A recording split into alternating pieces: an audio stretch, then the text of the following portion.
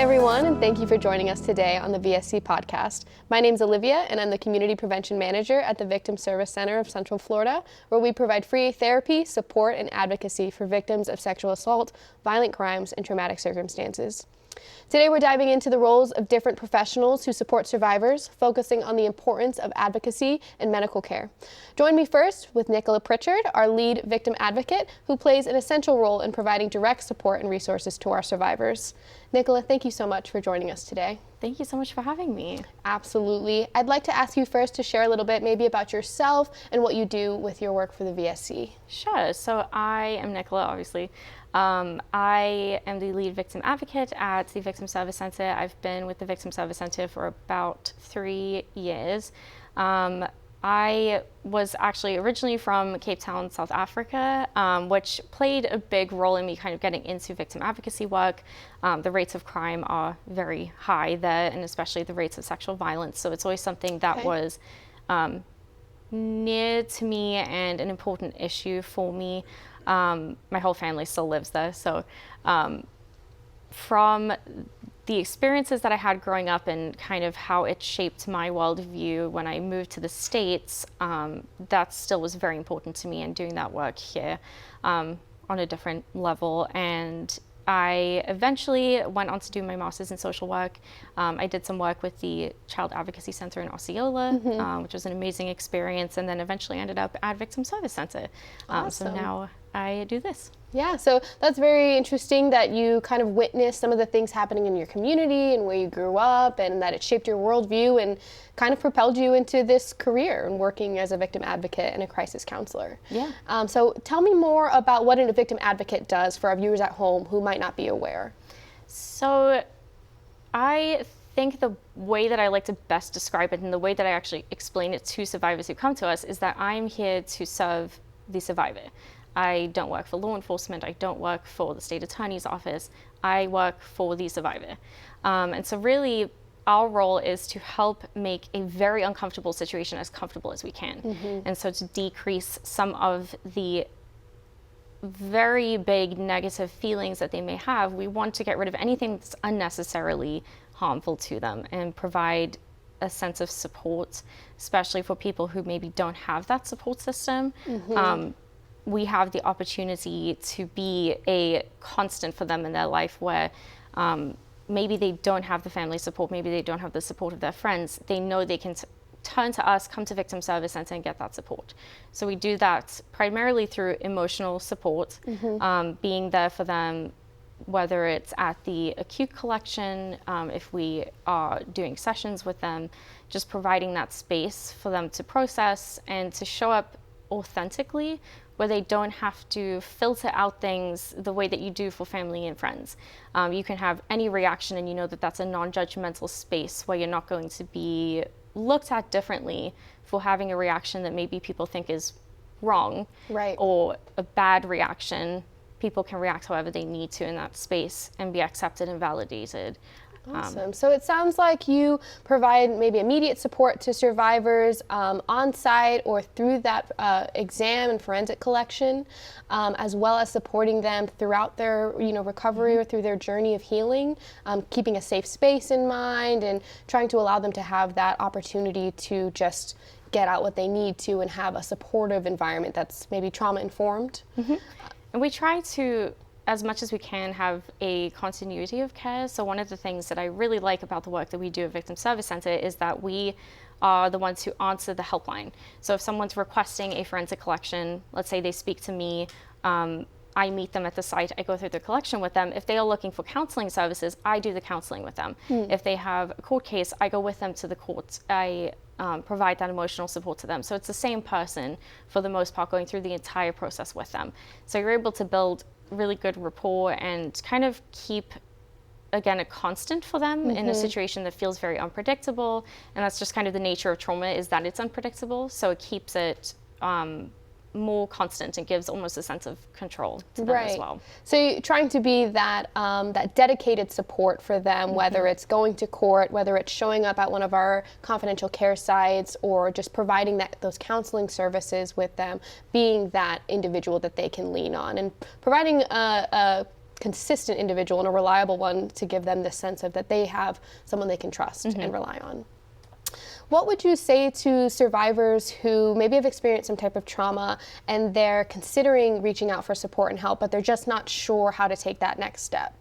Yeah, I think knowing that we are here to provide support in the way that you need. So I know for a lot of people, sometimes the barrier is they don't want to talk about it. They don't want to come in and have to tell the story again. We're never going to ask you to tell the story again.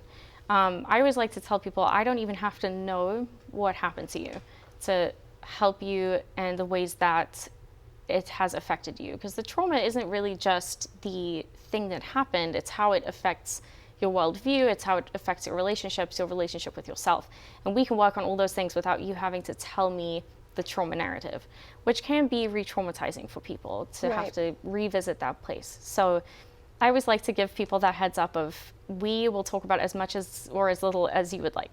Keeping the power still in their possession. Very much in their control. And if someone is considering reaching out, just knowing that you can stop services at any time, you can provide feedback. If, let's say, your advocate asks you about something and you're not ready, that is totally okay. You don't have to tell us anything. You get to dictate the way that progresses and the way that services progress. That's really encouraging for survivors, that they get to be kind of in control, in the driver's seat of their own healing journey. So if someone's a little hesitant to reach out because they don't want to reshare their story, or they're worried about some levels of re-traumatization happening, that we are mindful of that and working hard to ensure that we do what they're comfortable with. So when survivors are kind of looking forward to this holiday season, we know that it can be a little more difficult for survivors during this time. Maybe they don't have as much friends and family to rely on, or they're maybe not empathetic with their situation. What is some advice you could give to survivors who are nervous looking forward to the holiday season, and how can they support themselves and take care of themselves during this time? I think one of the biggest things that I go through with survivors that I work with is safety planning. And sometimes safety planning always sounds like this very intense, big, scary thing that we do, but sometimes it can just be emotional safety planning. So if you know that you're going to a family member's house, coming up with plans of, these are my biggest triggers in that space. These are the biggest things that are going to resurface some trauma for me, or I know this is going to be hard to process emotionally in that space. Coming up with a plan in advance, because we know that the way that trauma affects the brain, it's really hard to think on the spot because that logic center of your brain gets shut down. So I always like to come up with a couple scenarios for people, and then how would you navigate that space? I think it's also helpful if you have people in your life who are your support system. It doesn't have to be family, it can be friends. Coming up with a plan that potentially involves them. So maybe you bring someone with you to an event, and if they hear something, for some people the response is shutting down. So if they see that shutdown, what can they do in that space to help you through it? And then I always like to have a discussion on boundaries and really be clear with yourself on what you feel comfortable with, and putting that control again back in their hands of, you can set boundaries with people in your life and people that maybe you don't want to see, you don't want to interact with.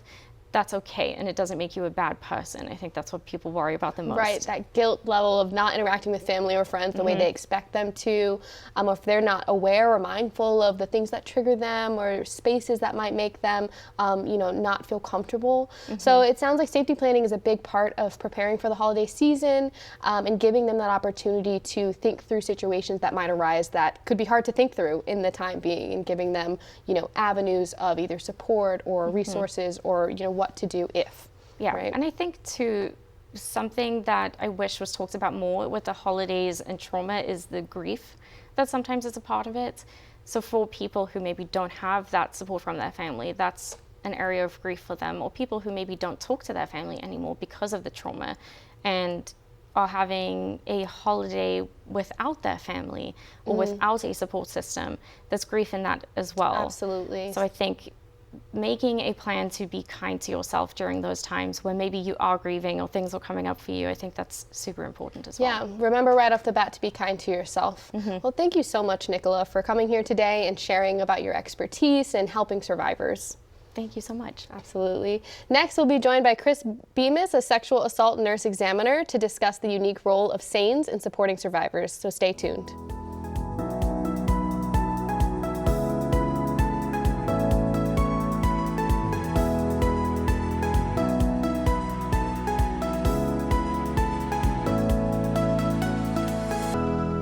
Welcome back to the VSC podcast. I'm now joined by Chris Bemis, one of our dedicated sexual assault nurse examiners, or SANES, here at the Victim Service Center. Chris, thank you so much for being here today.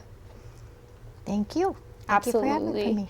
Would you mind explaining for our viewers at home what a SANE is for those who might not be aware?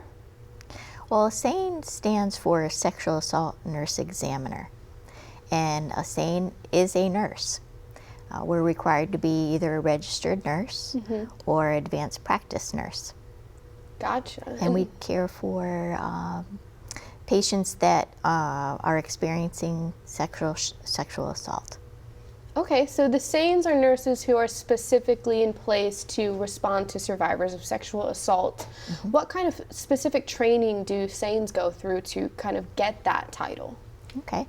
Well, like I said before, we have to be registered nurses at least.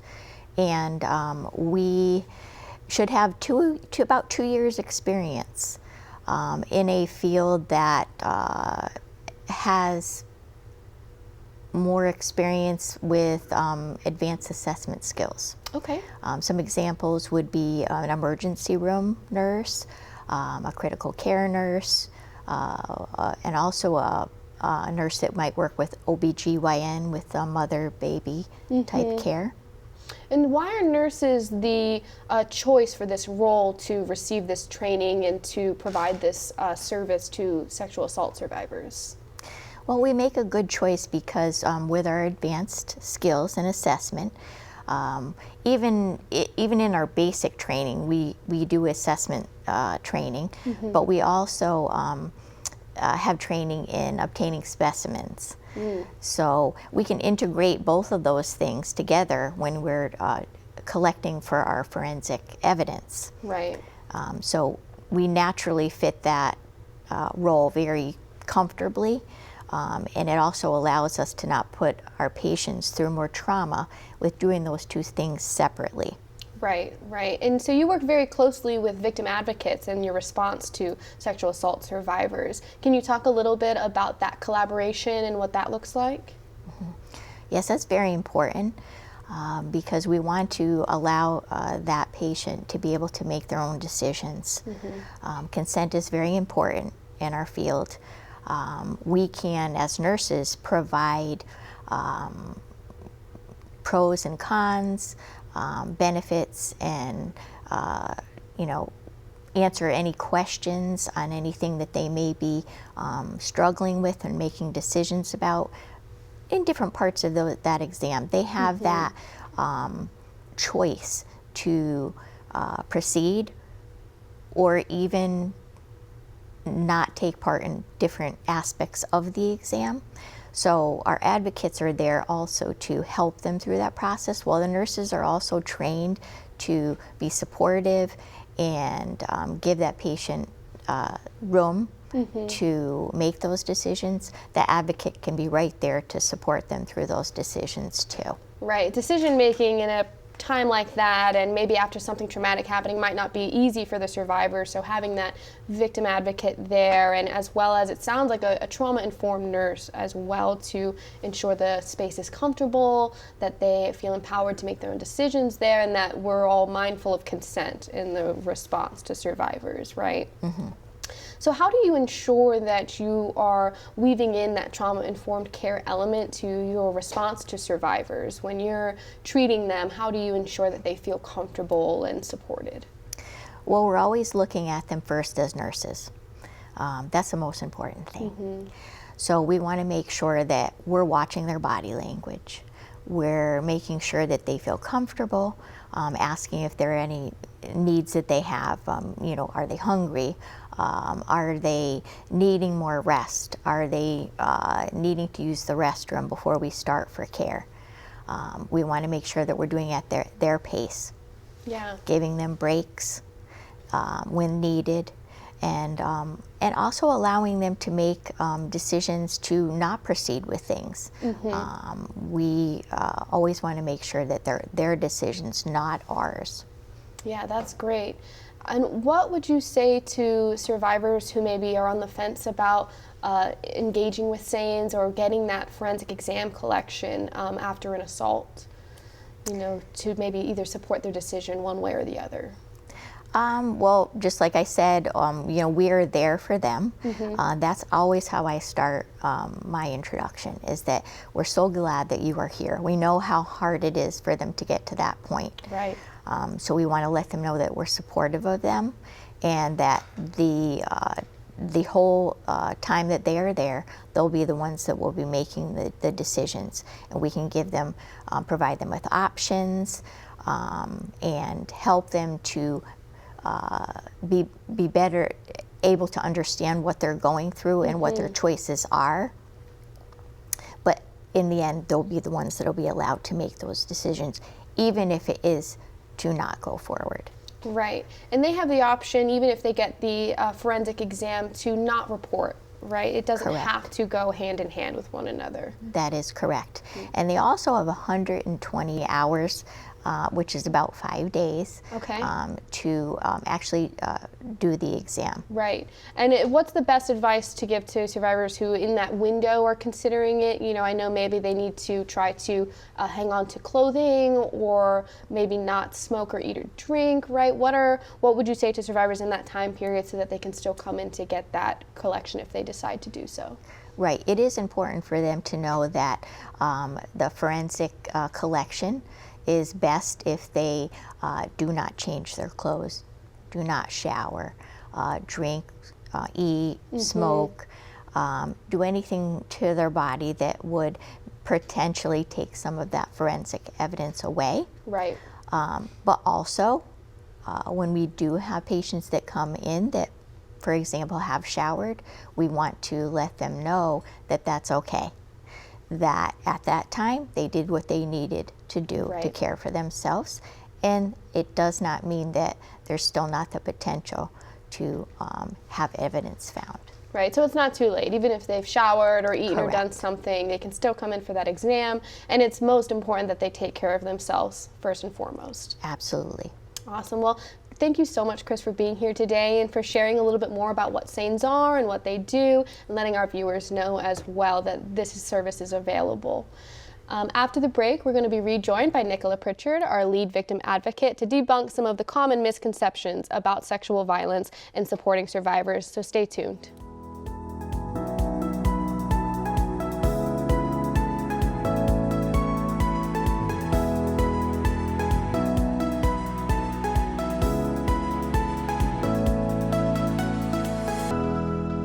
Welcome back to our viewers and to Nicola, our lead victim advocate at the Victim Service Center.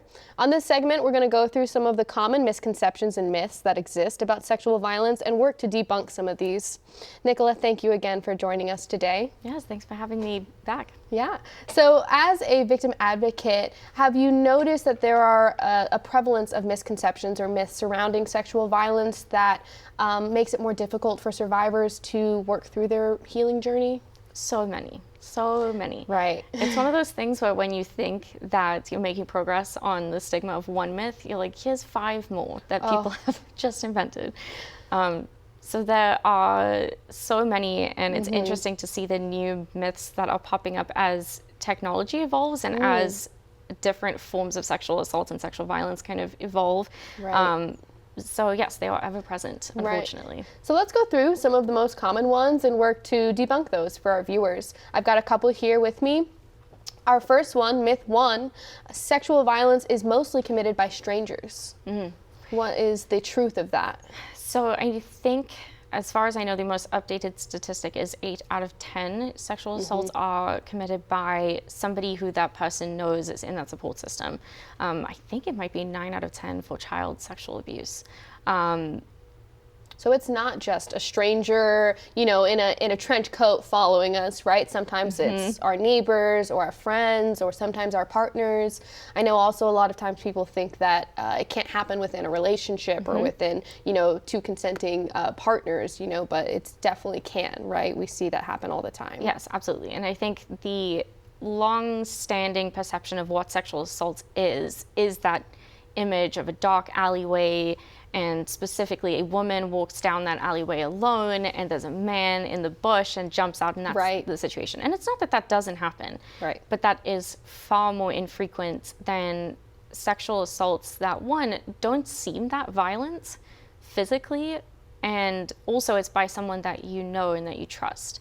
And I think that is partially to do with the nature of sexual violence and the most common forms of sexual violence, where maybe there's that verbal coercion aspect, and it's hard to do that with somebody that you don't know and you don't have that trust with. And so a lot of the time, the power that comes with the act of sexual violence comes from the concern about how this impacts the survivor's life if they don't do this thing.